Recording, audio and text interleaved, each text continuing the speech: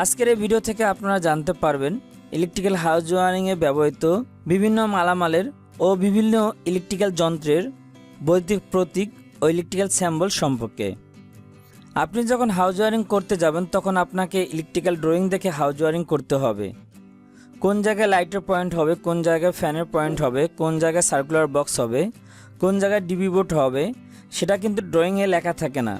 ড্রয়িংয়ে শুধু এই জিনিসগুলোর স্যাম্বল বা প্রতীক দেয়া থাকে।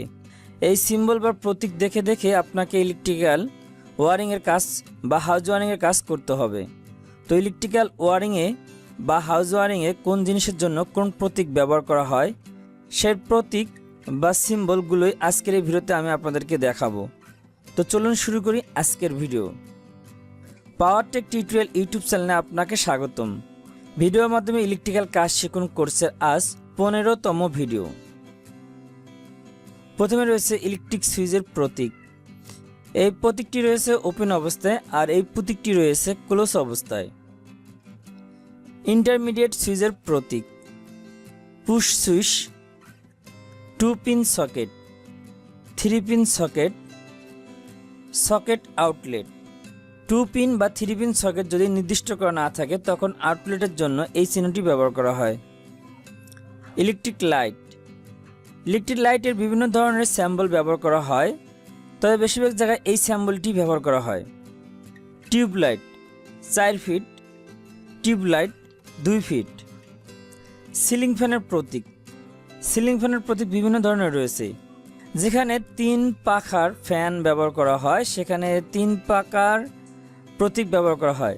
যেখানে 4 পাখার ফ্যান ব্যবহার করা হয় সেখানে 4 পাখাওয়ালা প্রতীক ব্যবহার করা হয়। যেখানে 5 পাখার ফ্যান ব্যবহার করা হয় সেখানে 5 পাখাওয়ালা প্রতীক ব্যবহার করা হয়। কলিং বেলের প্রতীক। সিলিং রোজের প্রতীক। এটা হচ্ছে এসি বিদ্যুতের প্রতীক। এটা হচ্ছে ডিসি বিদ্যুতের প্রতীক। ভোল্টেজ। এটা হচ্ছে ভোল্টেজের প্রতীক। এটা হচ্ছে এম্পিয়ারের প্রতীক। রেজিস্টার। এটা হচ্ছে রেজিস্টারের প্রতীক বা স্যাম্বল। ট্রান্সফরমার। এটা হচ্ছে ট্রান্সফরমারের স্যাম্বল। সার্কিট ব্রেকারের প্রতীক। এটা হচ্ছে সুইচ বোর্ড। এটা হচ্ছে সার্কুলার বক্সের প্রতীক। আর এটা হচ্ছে সাব ডিবি বোর্ডের প্রতীক। আর এটা হচ্ছে মেইন ডিবি বোর্ড। আর এটা হচ্ছে আর্থিং বা গ্রাউন্ডিংয়ের স্যাম্বল। তো প্রিয় দর্শক, এখানে ইলেকট্রিক্যাল হাউস ওয়ারিংয়ে সবচেয়ে বেশি যে সিম্বলগুলো ব্যবহার করা হয় সেগুলো উল্লেখ করলাম। এছাড়াও আরও অনেক ইলেকট্রিক্যাল যন্ত্রের প্রতীক রয়েছে, যেগুলো আপনারা যখন কাজ করবেন তখন ধীরে ধীরে সব কিছুই শিখতে পারবেন।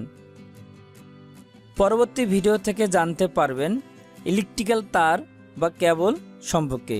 ইলেকট্রিক্যাল হাউস ওয়ারিংয়ে কোথায় কত সাইজের বা কত আরএমের তার ব্যবহার করতে হয় সেই সব সম্পর্কে বিস্তারিত এই ভিডিওতে আপনাদেরকে জানাবো। তো এই ছিল আজকের ভিডিও। আবার দেখা হবে পরবর্তী ভিডিওতে। Thanks for watching the video.